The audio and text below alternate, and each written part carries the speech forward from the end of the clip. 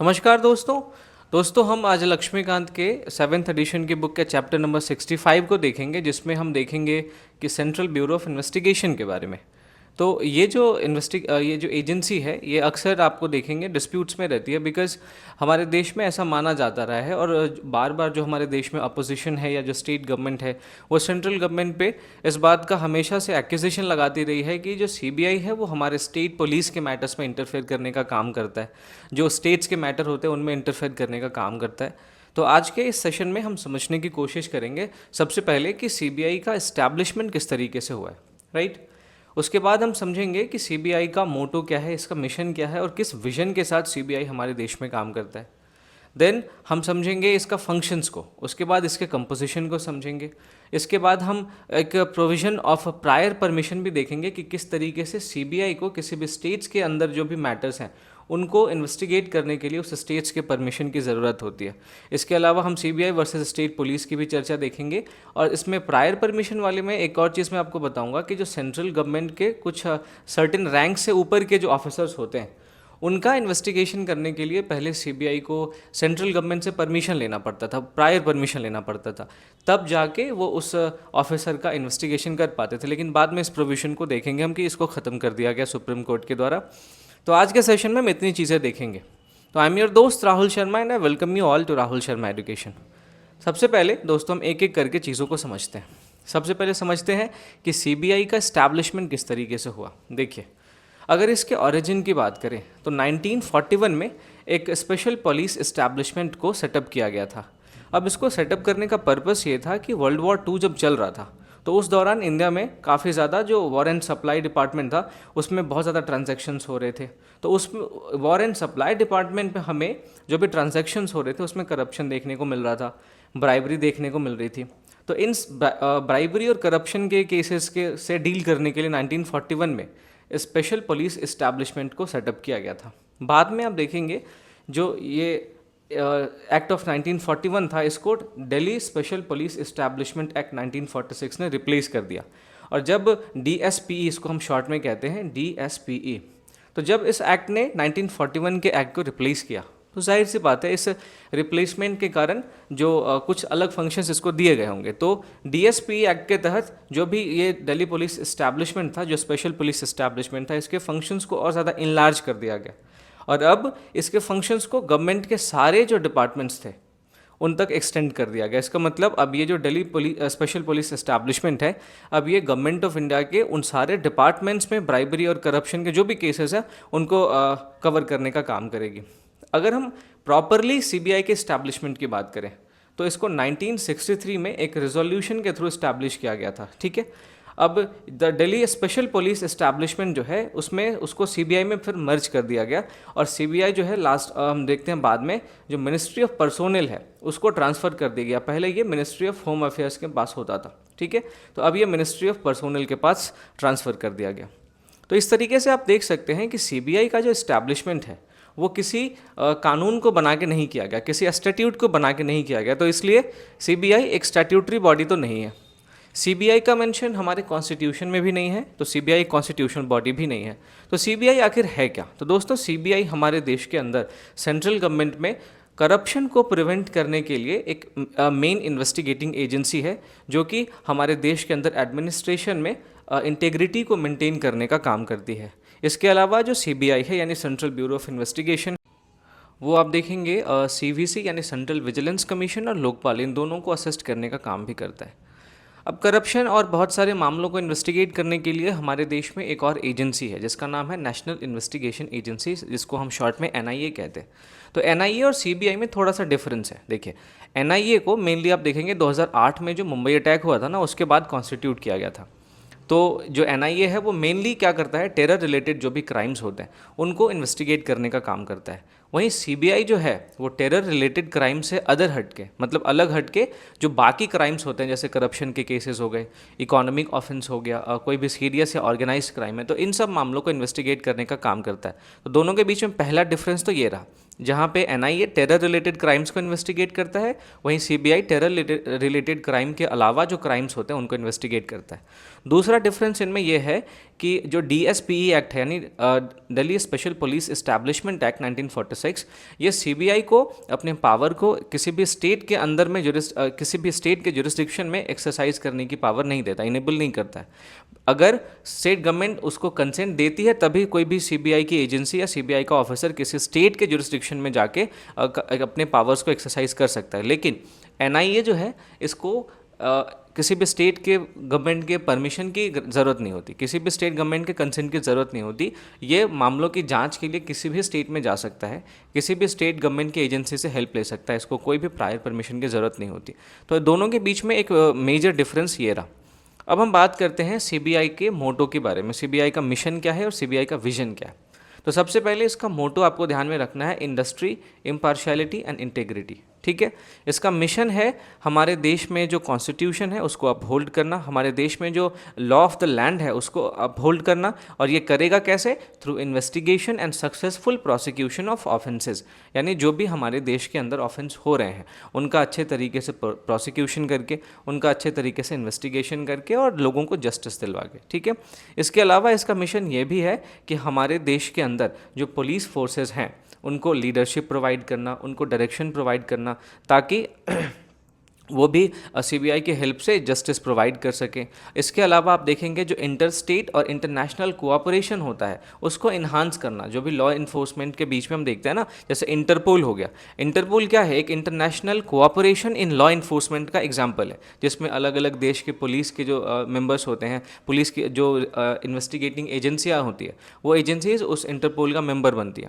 तो in international cooperation in law enforcement इसको enhance करना, जो इंटर स्टेट में लॉ इन्फोर्समेंट का जो भी प्रोसीजर चल रहा है उसको इन्हांस करना, तो ये भी CBI का मिशन है। इसके अलावा दोस्तों अगर हम इसका विजन की बात करें तो ये पब्लिक लाइफ में करप्शन को कॉम्बैट करता है, उसके ऊपर इसका ध्यान रहता है। इसके साथ साथ ये सिस्टम को अच्छे तरीके से जो भी प्रोसीजर है जो कि सक्सेसफुल इन्वेस्टिगेशन के लिए ज़रूरी है उनका इफ़ेक्टिव इवोल्यूशन करता है। साथ ही साथ जो भी केसेस है उसके प्रोसिक्यूशन को अच्छे तरीके से काम करता है। इसके अलावा देखेंगे आप ये जो भी हाई टेक्नोलॉजी क्राइम्स आज के टाइम में बहुत ज़्यादा बढ़ गए हैं, जैसे साइबर क्राइम हो गया, तो इन सब क्राइम से फाइट करने में भी CBI काफ़ी हेल्प करता है। इसके अलावा CBI एक हेल्दी वर्क इन्वायरमेंट को क्रिएट करने पे जोर देता है, जो कि हमारे देश के अंदर फ्री कम्युनिकेशन को और एक म्यूचुअल ट्रस्ट को इनकरेज करने का काम करती है। इसके अलावा जो CBI है वो स्टेट पुलिस ऑर्गेनाइजेशन को सपोर्ट भी करता है। बाकी हमारे देश में जितने लॉ इन्फोर्समेंट एजेंसीज़ हैं जो कि नेशनल और इंटरनेशनल कोऑपरेशन को बढ़ावा देते हैं उनको भी सपोर्ट करने का काम CBI करता है। इसके अलावा आप देखेंगे कि CBI जो है वो हमारे नेशन के अगेंस्ट में जो भी वॉर हो रहे हैं, जो ट्रांसनेशनल ऑर्गेनाइज्ड क्राइम्स हैं, इन सब को लीड करने का काम करता है, इन सब से निपटने का काम करता है। इसके साथ साथ CBI एक साइंटिफिक टेम्पर डेवलप करने की तरफ भी काम करता है, ह्यूमनिज्म डेवलप करने की तरफ काम करता है, और साथ ही साथ हमारे देश के लोगों में जो स्पिरिट ऑफ इंक्वायरी है उसको भी डेवलप करने का काम करता है। तो इस तरीके से आप समझ सकते हैं कि इसका जो विजन है वो बहुत ज़्यादा ब्रॉड है। अगर ये अपने विजन के हिसाब से चले तो जाहिर सी बात है CBI काफ़ी अच्छे तरीके से काम करेगा। अब हम इसके कंपोजिशन की दोस्तों बात करते हैं। ठीक है, CBI में सबसे पहले तो आपको ध्यान रखना है कि एक डायरेक्टर होता है जो CBI को हेड करता है। अब इस डायरेक्टर को असिस्ट करने के लिए स्पेशल डायरेक्टर्स होते हैं, एडिशनल डायरेक्टर्स होते हैं। ठीक है, लेकिन इन सब के अलावा जो CBI है उसके मेंबर्स के तौर पे आपको जॉइंट डायरेक्टर्स देखने को मिलेंगे, जो डिप्यूटी इंस्पेक्टर जनरल्स होते हैं वो भी आपको देखने को मिलेंगे, जो सुपरिटेंडेंट ऑफ पुलिस होते हैं यानी SP जो होता है वो आपको देखने को मिलेंगे, फिर पुलिस पर्सोनल होते हैं जो कि अलग अलग रैंक्स के होते हैं, वो भी CBI को हेल्प करते हैं। इसके अलावा आप देखेंगे फॉरेंसिक साइंटिस्ट और इवन की लॉ ऑफिसर्स भी CBI के मेंबर्स के तौर पर काम करते हैं, CBI को किसी भी केस को सॉल्व करने में असिस्ट करते हैं। इसके साथ साथ आप देखेंगे जो the Lokpal and Lokayukta act है 2013 का, इसने DSPE एक्ट 1946 को अमेंड किया कि CBI का कंपोजिशन किस तरीके से होगा, और इसने कुछ चेंजेस किए। तो उन चेंजेस के बारे में आपको जानना बहुत ज़रूरी है। इस लोकपाल एंड लोकायुक्त एक्ट 2013 ने मेन चेंज ये किया कि इसने बोला कि जो CBI का डायरेक्टर है उसका जो अपॉइंटमेंट है वो एक 3 मेंबर कमेटी के रिकमेंडेशन के बेस पे होगा, और इस कमेटी में कौन कौन होगा? प्राइम मिनिस्टर जो कि उसका चेयरमैन होगा। ठीक है, इसके अलावा लीडर ऑफ ऑपोजिशन होगा, और इसके अलावा चीफ जस्टिस ऑफ इंडिया। तो इन तीनों से मिलकर एक कमेटी बनेगी जो कि CBI के डायरेक्टर के अपॉइंटमेंट के लिए रिकमेंडेशन देगी। बाद में आप देखेंगे DSPE अमेंडमेंट एक्ट 2014 आता है। और इसने एक और प्रोविज़न को ऐड कर दिया। इसने ये कहा कि अगर लोकसभा में कोई भी लीडर ऑफ अपोजिशन नहीं है, तो ये जो 3 मेंबर कमेटी की बात की थी, जिसके बारे में मैंने आपको बताया था कि ये इसी कमेटी के रिकमेंडेशन के बेस पे सीबीआई के डायरेक्टर का अपॉइंटमेंट होता है। तो इस कमेटी में अगर लीडर ऑफ अपोजिशन हमारे लोकसभा में कोई भी नहीं है, तो लोकसभा में जो भी लार्जेस्ट पार्टी होगी, उस लार्जेस्ट पार्टी का जो नेता होगा, उस लार्जेस्ट पार्टी का जो लीडर होगा, वो इस 3 मेंबर कमेटी में लीडर ऑफ अपोजिशन की जगह पे शामिल होगा, है ना। और यही कमेटी फिर रिकमेंडेशन देगी कि किसको सीबीआई के डायरेक्टर के तौर पे अपॉइंट किया जाए। तो आई होप आपको चीज़ें समझ आ रही होंगी। आगे बढ़ते हैं दोस्तों, आगे हम देखते हैं सीबीआई के डायरेक्टर के टेन्योर की बात। तो आप देखेंगे इसके टेन्योर के बारे में सेंट्रल विजिलेंस कमीशन जो कि 2003 का है, जिसके बारे में मैंने आपसे पिछले चैप्टर में चर्चा की थी। तो इस एक्ट के अंदर में ये कहा गया है कि जो सीबीआई का डायरेक्टर है उसका टेन्योर 2 साल के लिए फिक्स है। लेकिन 2021 में ये जो Delhi special police establishment amendment act है वो ये लाया गया, और इसने ये कहा कि सीबीआई के डायरेक्टर के टेन्योर को 5 साल तक के लिए एक्सटेंड किया जा सकता है। लेकिन ये जो एक्सटेंशन होगा ये एक बार में 1 साल का ही होगा, यानी कि 2 साल उसका टर्म है और इसको 3 बार और 1-1 साल करके 3 बार और एक्सटेंड किया जा सकता है। मैं यहाँ पे ये समझाने की कोशिश कर रहा हूँ, ठीक है। और ये जो होगा रिकमेंडेशन और ये जो एक्सटेंशन होगा, ये एक्सटेंशन भी उसी कमेटी के रिकमेंडेशन के बेस पे होगा जिस कमेटी ने सीबीआई डायरेक्टर को अपॉइंट किया था पहली बार, ठीक है। तो ये चीज़ आप ध्यान में रखेंगे। अब हम बात करते हैं सीबीआई के फंक्शन की। तो सीबीआई का जो फंक्शन है वो बहुत ज़्यादा डाइवर्सिफाइड है, इसके में बहुत सारे फंक्शंस हैं। इसके विजन से आपको आइडिया लगा होगा कि सीबीआई किस तरीके से अपने सारे ड्यूटीज़ को डिस्चार्ज करने का काम करती है। तो सबसे पहले सीबीआई का एंटी करप्शन वर्क है, जो कि सबसे ईजी है बताना। इसमें सीबीआई जो भी करप्शन के केसेस होते हैं पब्लिक सर्वेंट्स के अगेंस्ट में, जो कि सेंट्रल गवर्नमेंट के होते हैं, पब्लिक सेक्टर अंडरटेकिंग्स के पब्लिक सर्वेंट होते हैं, है ना, स्टेट गवर्नमेंट के पब्लिक सर्वेंट होते हैं। तो स्टेट गवर्नमेंट के मामले में तो कंसेंट की ज़रूरत पड़ती है सीबीआई को, कि अगर किसी स्टेट गवर्नमेंट के पब्लिक सर्वेंट का इन्वेस्टिगेशन करना है तो उस स्टेट गवर्नमेंट से सीबीआई को कंसेंट लेना पड़ता है। तो इन सारे पब्लिक सर्वेंट्स के खिलाफ अगर कोई करप्शन का केस आता है तो उसको इन्वेस्टिगेट करने का काम सीबीआई करती है। इसके अलावा इकोनॉमिक ऑफेंसेस को भी सीबीआई हैंडल करता है, क्योंकि आप देखेंगे हमारे देश में फाइनेंशियल फ्रॉड बहुत ज़्यादा देखने को मिलेंगे। आप देख सकते हैं, क्या नाम था उसका, विजय माल्या। आप विजय माल्या का केस देख सकते हैं, आप देख सकते हैं नीरव मोदी का केस देख सकते हैं। तो ये सारे कई सारे जो हमारे देश में फाइनेंशियल फ्रॉड करने वाले हैं, बैंक स्कैम्स देख सकते हैं, पीएनबी का स्कैम आपने देखा, टैक्स इवेजन का मामला है, काउंटर फिटिंग का मामला है, यानी कि असली नोटों के बदले जो नकली नोट होते हैं उसको हम काउंटर फिटिंग कहते हैं। तो नकली नोटों को फिर सर्कुलेशन में ला के हमारी इकॉनमी को बहुत ज़्यादा हैम्पर किया जा सकता है, तो इसका मामला हो गया, या फिर कोई मनी लॉन्ड्रिंग का मामला हो गया, साइबर क्राइम हो गया। तो कई सारे इकोनॉमिक जो ऑफेंसेस हमारे देश में चल रहे हैं, उन सारे इकोनॉमिक ऑफेंसेस से डील करने का काम भी सीबीआई करती है। इसके अलावा अगर कोई स्पेशल टाइप का क्राइम है, जैसे कोई सीरियस क्राइम हो गया, मर्डर हो गया, किडनैपिंग हो गया, टेररिज्म रिलेटेड क्राइम्स हो गया, नारकोटिक्स का मामला है, या कोई ऑर्गेनाइज्ड क्राइम का मामला है जहाँ पे एक पूरी की पूरी गैंग मिलके क्राइम कर रही है, तो इन सारे क्राइम्स को भी इन्वेस्टिगेट करने का काम सीबीआई करता है। इसके अलावा अगर स्टेट गवर्नमेंट ने किसी केस को सीबीआई को रेफर किया है, तो ऐसे केसेस को भी सीबीआई स्टेट्स के रिक्वेस्ट के आधार पर काम करती है, इन सारे केसेस को सॉल्व करने का काम करती है। इसके अलावा अगर सुप्रीम कोर्ट या हाई कोर्ट ने किसी भी केस को सीबीआई को ट्रांसफ़र किया है, तो सीबीआई जुडिशरी के द्वारा डायरेक्टेड इस केस का इन्वेस्टिगेशन करेगी, ठीक है। इसके साथ साथ आप देखेंगे सीबीआई इंटरनेशनल क्राइम्स को भी सॉल्व करने का काम करती है, क्योंकि मैंने आपको बताया कि दुनिया भर के लॉ इन्फोर्समेंट एजेंसीज़ के बीच में हमें कोऑपरेशन देखने को मिलता है, और इसी कोऑपरेशन को इनकरेज करने का काम जो है, जो इनकरेज करने का विजन है, वो सीबीआई का है। तो सीबीआई इंटरपोल के साथ कोऑर्डिनेट करता है और इन इंटरनेशनल क्राइम वाले लिंक्स को इन्वेस्टिगेट करने का काम करता है। आप मेनली देखेंगे इंटरनेशनल क्राइम्स में आपको ह्यूमन ट्रैफिकिंग देखने को मिलेगा, ड्रग स्मगलिंग देखने को मिलेगा, जो टेररिज्म है ये सब देखने को मिलेगा। तो इंटरनेशनल क्राइम्स को भी सॉल्व करने का काम सीबीआई करता है। लेकिन सीबीआई का एक और रोल है जिसे हम पॉलिसी एडवाइजरी रोल के तौर पे देखते हैं। सीबीआई जो है वो सेंट्रल और स्टेट गवर्नमेंट्स को जो भी क्राइम रिलेटेड पॉलिसीज़ है, उस पॉलिसीज़ पे एक एक्सपर्ट एडवाइस प्रोवाइड करता है, क्योंकि मैंने आपको बताया कि सीबीआई मेनली ऐसे क्राइम्स को सॉल्व करने का काम करती है जहाँ पे बहुत ज़्यादा एक्सपर्टीज़ की ज़रूरत पड़ती है। तो अगर सेंट्रल या स्टेट गवर्नमेंट कोई भी क्राइम रिलेटेड पॉलिसी बना रही है, अपने जुरिस्डिक्शन में क्राइम्स को कम करने के लिए कोई पॉलिसी बना रही है, तो जाहिर सी बात है वहाँ पे एक्सपर्ट एडवाइस की ज़रूरत पड़ती है, और ऐसे केसेस में स्टेट गवर्नमेंट और सेंट्रल गवर्नमेंट सीबीआई से एक्सपर्ट एडवाइस लेती है, ठीक बात है। आगे हम देखते हैं सीबीआई क्राइम रिकॉर्ड्स को मेंटेन करने का भी काम करता है। सीबीआई ने जितने भी केसेस सॉल्व किए हैं उनके बारे में सारे इन्फॉर्मेशन कलेक्ट करना, उन केसेस की जानकारी को मेंटेन करना, फिर उन सारे केसेस को एनालाइज करना, क्राइम स्टैटिस्टिक्स तैयार करना नेशनल लेवल पे, ये सब काम करने का काम, ये सब जो काम है वो भी सीबीआई करती है।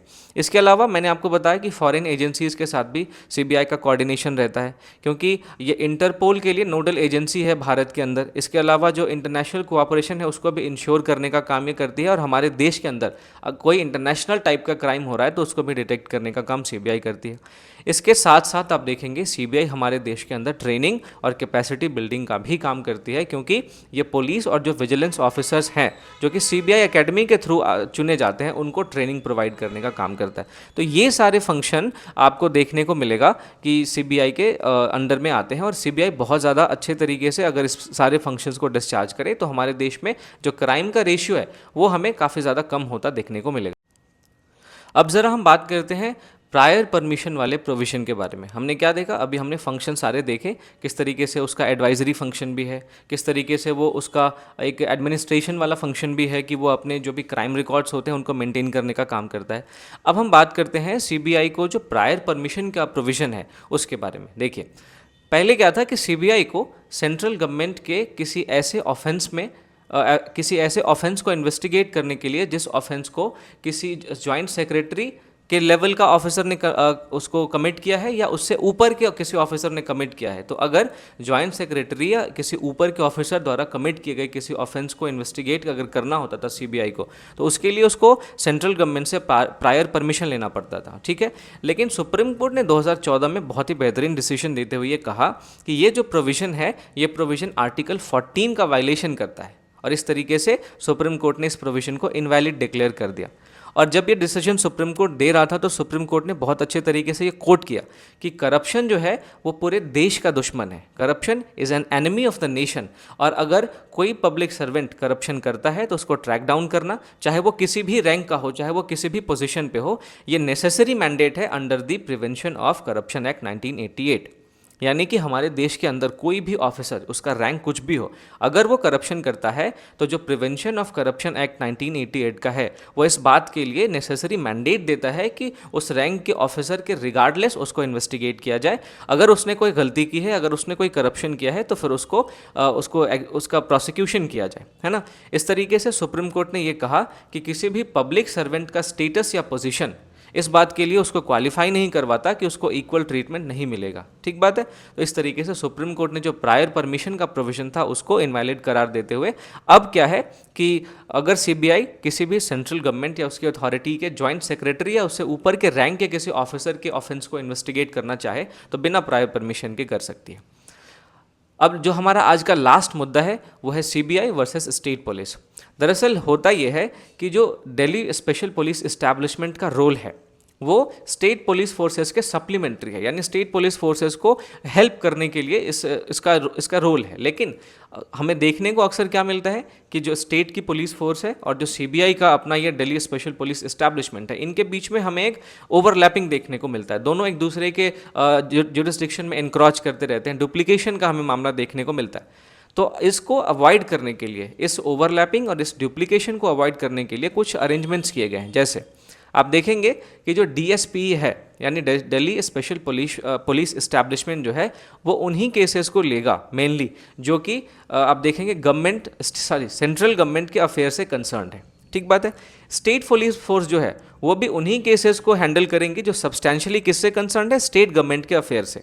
इसके अलावा आप देखेंगे कि जो डीएसपी है वो ऐसे केसेस को ले सकती है, वो ऐसे केसेस को भी लेगी जो कि किसी पीएसयू या किसी स्टैट्यूटरी बॉडीज़ जो कि किसी सेंट्रल गवर्नमेंट के द्वारा इस्टेब्लिश किया गया है या सेंट्रल गवर्नमेंट के द्वारा फाइनेंस्ड है। तो इन सारे पीएसयू और इन सारे स्टैट्यूटरी बॉडीज़ के अगर किसी एम्प्लॉय के खिलाफ केस आता है तो फिर डीएसपी उसको ले सकता है, बिकॉज सेंट्रल गवर्नमेंट ने इस बॉडी को फाइनेंस किया है, सेंट्रल गवर्नमेंट ने इस बॉडी को इस्टेब्लिश किया। तो इन सारे अरेंजमेंट्स के बाद जो भी स्टेट पुलिस है और जो हमारा सीबीआई है, इनके बीच में जो हमें अक्सर टकराव देखने को मिलता है, अक्सर जो ओवरलैपिंग देखने को मिलती है, उसको रोकने की कोशिश की गई है। हालांकि अभी भी हमें कई सारे ऐसे मामले देखने को मिलते हैं जहाँ पे सीबीआई और स्टेट पुलिस के बीच में एक बहुत ज़्यादा टकराव की स्थिति हमें देखने को मिलती है। तो आज के सेशन में दोस्तों हमने ये समझने की कोशिश की कि किस तरीके से सीबीआई काम करता है, सीबीआई का फंक्शन क्या है, सीबीआई को किस तरीके से अब और ज़्यादा ह्यूमनाइज करने की और सीबीआई को और ज़्यादा फेडरलिज्म के अकॉर्डिंग बनाने की जो कोशिश सरकार के द्वारा की जा रही है। हालांकि ये कोशिश बहुत अच्छी है, लेकिन अभी भी हमें सीबीआई में कई सारे रिफॉर्म करने की ज़रूरत है। तो आज का ये जो सेशन है, मैं उम्मीद करता हूँ आपके लिए काफ़ी फ़ायदेमंद रहा होगा। इस सेशन के पीडीएफ के लिए आप मेरे टेलीग्राम चैनल को ज़रूर ज्वाइन करें। टेलीग्राम चैनल का लिंक आपको डिस्क्रिप्शन में दोस्तों मिल जाएगा। इसके अलावा जाने से पहले सेल्फ प्रमोशन बहुत ज़रूरी होता है। जाने से पहले दोस्तों आप मेरे वीडियो को लाइक करना ना भूलें। अगर आपने चैनल को सब्सक्राइब नहीं किया है तो प्लीज़ सब्सक्राइब करें और इस वीडियो को ज़्यादा से ज़्यादा लोगों तक शेयर करें, जो कि इस पूरे लक्ष्मीकांत की पॉलिटी की सीरीज़ का बिल्कुल फ्री ऑफ कॉस्ट एंजॉय कर सकते हैं। मिलता हूँ आपसे अगली वीडियो में, तब तक के लिए थैंक